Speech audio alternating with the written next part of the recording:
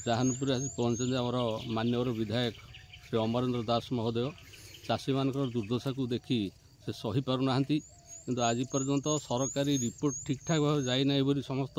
सरकारी कर्मचारी से अवगत कर सारे तहसीलदार एग्रिकल्चर अफिसर आम जहानपुर ग्रामर चाषी मैंने मुख्यतः परिवा चाष ही करती। बर्तमान आम ये कोबी कियारे ठिया ये कोबी होती झुडंग होती आलू होती विभिन्न प्रकार अर्थकारी फसल सब होती जहाँकि वर्षार आज संपूर्ण रूपे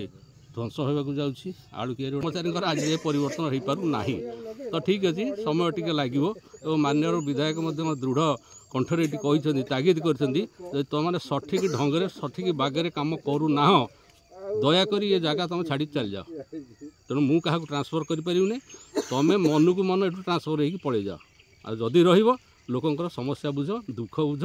फील्ड के आस प्रकृत कथा को अनुध्यान कर रिपोर्ट प्रदान कर सरकार ये अर्थ देवे केवे अवहेला करेंगे किंतु रिपोर्टा ठीक जीवा दबार आवश्यकता अच्छे। मो ना सुबल स्वाई आम घर जहानपुर कौन कौन सब जो वर्षा जो धान करचु कोबी करचु मूला आलू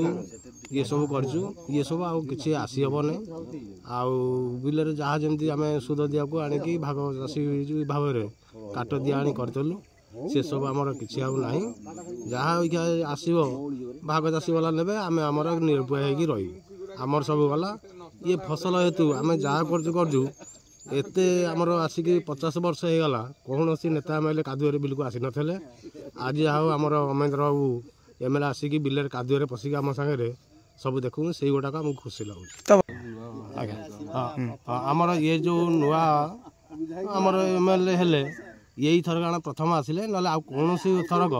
कौन विधायक एम एल ए कादुआ को आसती ना कि बिल को आसती ना से जहाँ आसिले से बिल देखीदे कही जाती किंतु आज एतिक आमको खुशी लगुच आम जिते लोक अच्छु विधायक निजे आम सागर कादुए बुलूँ से गुड़ा खुशी लगुच।